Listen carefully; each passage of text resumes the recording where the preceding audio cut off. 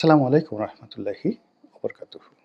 সম্মানিত দর্শক, আজকের এই ভিডিওটি মূলত সম্পাদকীয় আকারে ডক্টর মোহাম্মদ ইউনূসকে কেন্দ্র করে বা তাকে উদ্দেশ্য করে। তিনি আমার এই কথা শুনবেন কিনা আমি জানি না। তবে তিনি যখন ক্ষমতা লাভ করেননি কিংবা তিনি যখন শেখ হাসিনা রেজিমের সময়টিতে ভীষণ রকম বিপর্যস্ত ছিলেন, ঠিক সেই সময়টিতে আমার সৌভাগ্য হয়েছিল তার অন্তরঙ্গ হওয়ার, কাছাকাছি যাওয়ার বেশ কয়েকবার।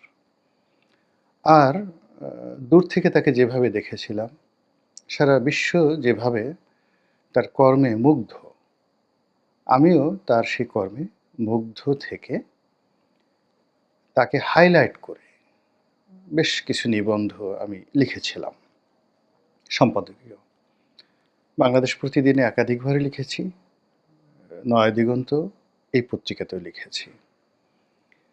এবং যে কয়বারই লিখেছি উনি সেই সময়টিতে দেশের বাইরে ছিলেন, আমেরিকাতে ছিলেন এবং উনার ব্যক্তিগত ফোন থেকে তিনি সরাসরি আমাকে টেলিফোন করেছিলেন, ধন্যবাদ জানিয়েছিলেন এবং আমি যা লিখেছি সেটা উনার খুব পছন্দ হয়েছিল এবং উনি যেটি বলার চেষ্টা করেছিলেন যে ডক্টর মোহাম্মদ ইউনূস বা তিনি নিজে যে কর্মগুলো করেন বা চিন্তা করেন সেটা আমি তার কোনো সাক্ষাৎকার না নিয়ে, তার সঙ্গে কোনো আলোচনা না করে যেভাবে ফুটিয়ে তুলেছিলাম, তার বক্তব্য অনুযায়ী সেটাই আসলে সত্যিকার ডক্টর মোহাম্মদ ইউনূস। তো এই তার যে প্রশংসা, তার যে কার্টিসি মানে সৌজন্যতা, তার যে ভদ্রতা, এই কারণে আমি খুব কৃতজ্ঞ। কৃতজ্ঞ আরও একটি কারণে ২০১৩ সালে আওয়ামী লীগের জমানাতে সালমান এফ রহমানের সঙ্গে যখন শত্রুতা আমার প্রবল হয়ে গেল এবং সেই শত্রুতার সঙ্গে যখন আমি পেরে উঠছিলাম না এবং যখন আমাকে জেলে যেতে হয়েছিল, ঠিক সেই সময়টিতে তিনি আমার পরিবারের খোঁজ নিয়েছিলেন। আমার স্ত্রীর সঙ্গে কথা বলেছিলেন এবং আমার স্ত্রীকে দাওয়াত করে তার যে কর্মক্ষেত্র ইউনূস সেন্টার বা গ্রামীণ ব্যাংক ভবন, সেখানে তিনি নিয়ে গিয়েছিলেন সেই ২০১৩ সনে। অনেক কথা হয়েছিল তার সঙ্গে এবং আমার সঙ্গে এবং আমার স্ত্রীর সঙ্গে বিভিন্ন সময়টিতে। তো তিনি এই ক্ষমতায় এসেছেন। ক্ষমতায় এসেছেন এটা অনেকে আশা না করলেও আমি সে ২০১০-১১ সন থেকে আশা করতাম। আমার কেন জানি মনে হতো সেই মহাভারতের, রামায়ণের কিংবা গ্রিক সাহিত্য কিংবা আরব্য রজনীর যে কাহিনী, সেখানে নিয়তি বারবার মানুষকে যে জিনিসটি শিক্ষা দেয়, আপনি যাকে তাচ্ছিল্য করবেন ঠিক তার কাছে আপনাকে যেতে হবে। তো শেখ হাসিনা তাকে যেভাবে তাচ্ছিল্য করছিলেন, যেভাবে অপমান করার চেষ্টা করছিলেন, আমার কাছে সবসময় মনে হতো যে শেখ হাসিনাকে আসলে পরাজিত হতে হবে নিয়তির কাছে এবং সে পরাজয় ডক্টর মোহাম্মদ ইউনূসের যাকে বলা হয় মাধ্যমেই হবে। এবং এটা নিয়ে আমি অসংখ্য টক শোতে কথা বলেছি, ছোট, ছোট বিষয়ে কথা বলেছি।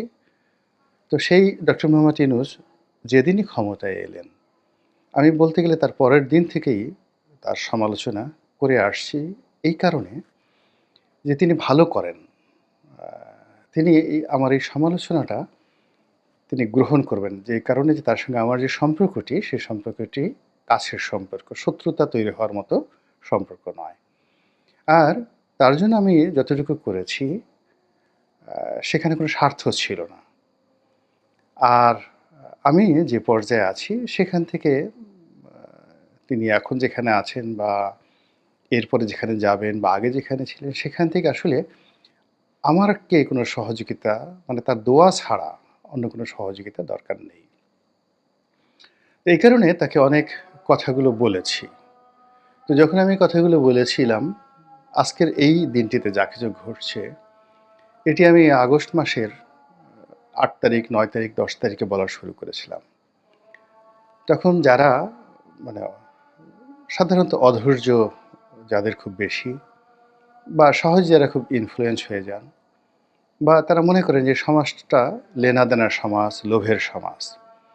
তাদের অনেকেই বক্তব্য ছিল যে আমি উপদেষ্টা হতে চাচ্ছি বা আমি নেতিবাচক চিন্তা করি, আমি আওয়ামী লীগের এজেন্ট অথবা আমি বিএনপির এজেন্ট, আমি জামাতের এজেন্ট। মানে যে যার মতো করে আমার এই কথাগুলো বলার চেষ্টা করেছেন, আমাকে ছোট করার চেষ্টা করেছেন। কিন্তু যে কথা আমি আগস্ট মাসের ৮ তারিখে বলেছিলাম, সেই একই কথা সেপ্টেম্বরে কেউ বলেনি, ভাবেনি। কিন্তু অক্টোবরে এসে সবাই বলা শুরু করলো এবং এই নভেম্বরে এসে ঠিক সেই ঘটনাগুলি ঘটার চেষ্টা করল। এখন ডক্টর মোহাম্মদ ইউনূস কি করবেন? আমি খুব বিনয়ের সঙ্গে আমার শ্রদ্ধাভাজন ডক্টর মোহাম্মদ ইউনূসকে বলতে চাই যে আপনি এখন আসলে কি করবেন? কি করণীয়? এবং দুর্ভাগ্যজনক হলেও সত্যি যে রাজনীতি সবসময় একটা ওয়ান ওয়ে ট্রাফিক। এখানে যদি আপনি প্রবেশ করেন, আপনাকে গন্তব্যে পৌঁছাতেই হবে। আপনি ফিরে আগের জায়গায় আসতে পারবেন না। যেমন ধরুন ডক্টর মোহাম্মদ ইউনূস 111 এর সময় তার ভূমিকা কেমন ছিল?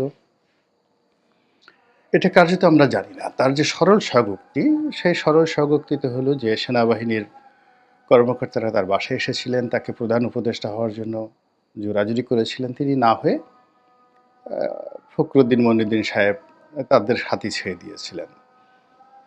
এবং ওই সময়টিতে তিনি একটি রাজনৈতিক দল গঠন করার চেষ্টা করেছিলেন এবং অল্প কয়েকদিন পরে তিনি যখন বুঝলেন যে রাজনীতি তার কর্ম নয়, তখন তিনি অত্যন্ত সম্মানের সঙ্গে সেখানে নিজেকে প্রত্যাবর্তন করে নিলেন বা প্রত্যার্পণ করে নিলেন এবং তিনি পুরো জাতির কাছে এয়ারপোর্টে দাঁড়িয়ে কান ধরে ক্ষমা চেয়েছিলেন। তো তার সেই ক্ষমা গৃহীত হয়নি। তার প্রতিপক্ষরা তাকে ছাড়েনি এবং তাকে সবসময়ই তার মধ্যে তোমারে বধিবে যে গোকুলে বাড়িছে, তার মধ্যে শেখ হাসিনা তার পতনের যে মানচিত্র, এটি ডক্টর মোহাম্মদ ইউনূসের মুখচ্ছবিতে তিনি দেখতে পেয়েছিলেন। ফলে তাকে আক্রমণ করেছেন। তো এই আক্রমণ করতে, করতে শেখ হাসিনা নিজেকে এমন একটা জায়গাতে নিয়ে গিয়েছিলেন, যেখান থেকে তার আর ফেরার কোনো উপায় ছিল না। No way. আবার আ এই আমরা যারা ছোটখাটো রাজনীতি করি, ধরুন আমি ২০০১ সনে নির্বাচন করব বলে রাজনীতির মাঠে নামলাম। তো ২০০১ সন থেকে ২০০৮ সন পর্যন্ত শুধু নমিনেশন পাওয়ার জন্য চেষ্টা করলাম। এরপরে নমিনেশন পেলাম, এমপি হলাম ৫ বছর। তো এই ৫ বছরের যে কর্মকাণ্ড, তার দায় আমাকে এখনো কিন্তু বহন করতে হচ্ছে। আমি যত কথা বলছি, যত ভালো কাজ করছি, যত মন্দ কাজ করছি, সব এই রাজনীতির মধ্যে হারিয়ে যাচ্ছে। আমার ১ম এবং শেষ পরিচয় রাজনীতিবিদ। আমি আওয়ামী লীগ করি, বিএনপি করি না জামাত করি, এটার মধ্যেই মানুষ আমাকে খুঁজে বেড়ায়। কিন্তু আমার যেটা মানবিক সত্তা আছে, আমার যেটা প্রয়োজন আছে, আমার যে আরও অনেক পেশা আছে, এটা কেউ মনে করে না। তদ্রূপ ডক্টর মোহাম্মদ ইউনূস, তিনি নোবেল লরিয়েট, বিশ্বনন্দিত একজন মানুষ। বিশ্ব স্পোর্টসে তার যে গ্রহণযোগ্যতা, সেটা ফিফা বলেন, ক্রিকেট অঙ্গন বলেন বা অন্য যেকোনো অলিম্পিক বলেন, বিশ্বের ক্রীড়া আসরগুলোতে তিনি নন্দিত ব্যক্তি। নেলসন ম্যান্ডেলার মতো, মোহাম্মদ আলী ক্লের মতো খুবই নন্দিত ব্যক্তি। তো তার এই সকল পরিচয়ে সে একেবারে যাকে বলে ডুবে গিয়েছে রাজনীতির মধ্যে এবং নিয়তির নির্মম পরিহাসে তিনি সেই রাজনীতির মধ্যেই এসে পা দিয়েছেন এবং এটাতে তার হয়তো করার কিছুই ছিল না। এটাই তার তকদিরে লেখা ছিল। যেমন ধরেন আমরা যারা রাজনীতি করি, আ তিনি একটা শব্দ ব্যবহার করেছেন meticulously। তো meticulously মানে ম্যাথমেটিক্যাল টার্মে অঙ্কের যে সূত্র আছে, সেই সূত্র ব্যবহার করে আপনি আ কোনো একটা বিষয় পরিকল্পনা করবেন। নির্ভুলভাবে পরিকল্পনা করবেন। তো যারা সফল রাজনীতিবিদ, তারা করে কি? আগামী দিনে ধরুন একজন রাজনীতিবিদ এমপি হলেন, মন্ত্রী হলেন, প্রধানমন্ত্রী হলেন। তো তিনি যদি হন, সেটার জন্য তার একটা meticulous প্ল্যান থাকে এবং যারা সেই প্ল্যানগুলো করতে পারেন, তারা সবাই সফল হন।